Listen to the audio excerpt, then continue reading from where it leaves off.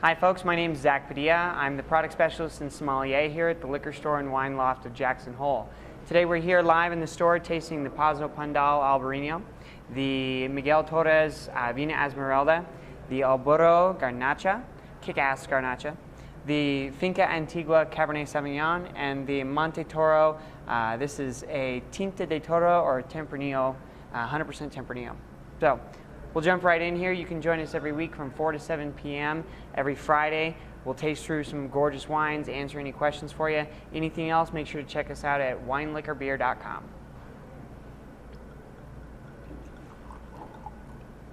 So this is the Pazo Pondal Albarino. This is from the Rías Baixas region in the upper, from your perspective, upper west corner of Spain. Nose has got a little bit of a briny, salty character, a little bit of that fresh apple kind of thing. A little lemon lime, big minerality here though.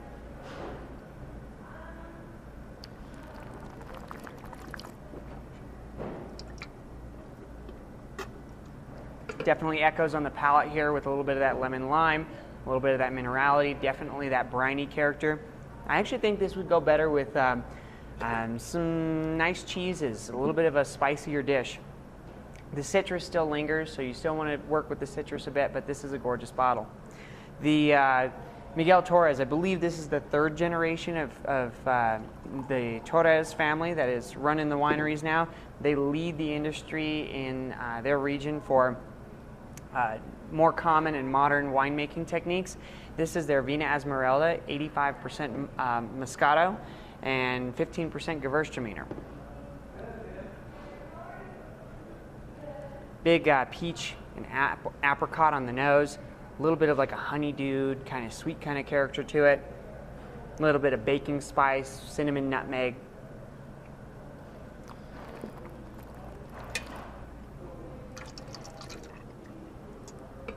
This has a little bit of citrus, to it, a little bit of sugar to it. Not to say it's sweet, not even to say it's off dry. It's still a pretty bone dry wine, but there's just a little bit of sugar to it so that there's enough body, enough flavor. But I'm still catching on that palate that lemon lime characteristic, that apple apricot kind of character as well. A little bit of that baking spice, but this is nice. This one would go more with, say, an aperitif. So again, like maybe some finger foods, some cheeses, simple dishes. Nothing too complex. This can be overpowering, or it can be very easily overpowered. So have some fun with that one, but don't go overboard. This is the El Burro Kickass Garnacha. This one's out of the Carniena region, and garnachas are pretty popular out there. Nice fresh fruit. This one shows big fresh raspberry, nice tar, chocolate, a little bit of that baking spice and molasses. Most Spanish wines you'll see especially are using American oak, so you'll see more molasses and big vanilla. There's a little bit of that old world kind of tobacco thing going on here too.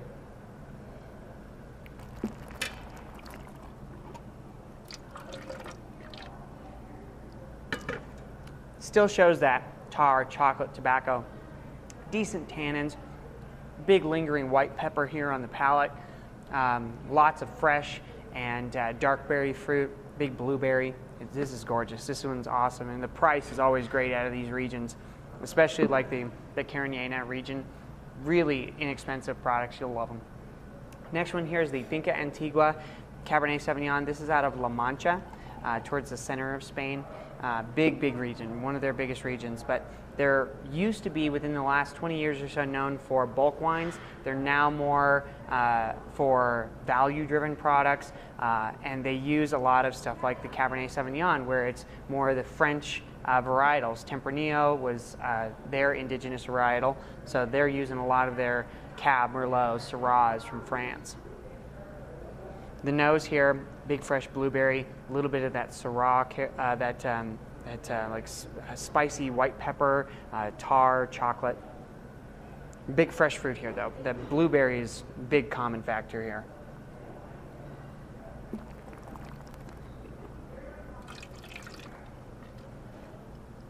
Palate here again echoes. The big blueberry, the big tar, a little bit of that white pepper, a little bit of that chocolate lingering. Nice acidity here. I'm still swallowing. either one of these are big enough and bold enough that you could pair these with any lighter dishes, something like a chicken dish, or even I could say duck. But these could also stand up to a nice steak, something hearty, a big red meat. Last one here. This is the Monte Toro 2004 Tinto de Toro. So you can also check out our videos on this one because we ended up needing to decant this one and filter it. There's a lot of sediment here. This is beautifully aged. I wish I could show you the color here. It's just not the right way, not the right lighting, but there's a nice orange tinge on here. It is a nice brick red color. This is towards the peak of its greatness. This is a gorgeous bottle. But there's some big raisinated dried fruit character here. Big, deep, like chocolate, tobacco, barnyard, that old world character, but there's still that molasses from the oak as well. A lot of Spanish winemakers would over oak their wines. This is not one of those. This is reasonably oaked. This is a beautiful bottle.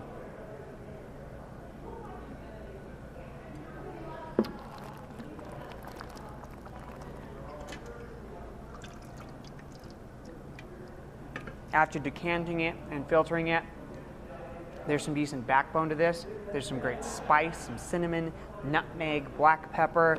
There's that tar, that chocolate. There's so much depth to this one. It's beautiful. And the nose is just overwhelming. Well, thank you for joining us this week. Again, we tasted the Pazo Pondal Albarino, the Miguel Torres Vina Esmeralda, the Burro Kickass Garnacha, the Finca Antigua Cabernet Sauvignon from La Mancha, and the Monte Toro Tinto de Toro 2004.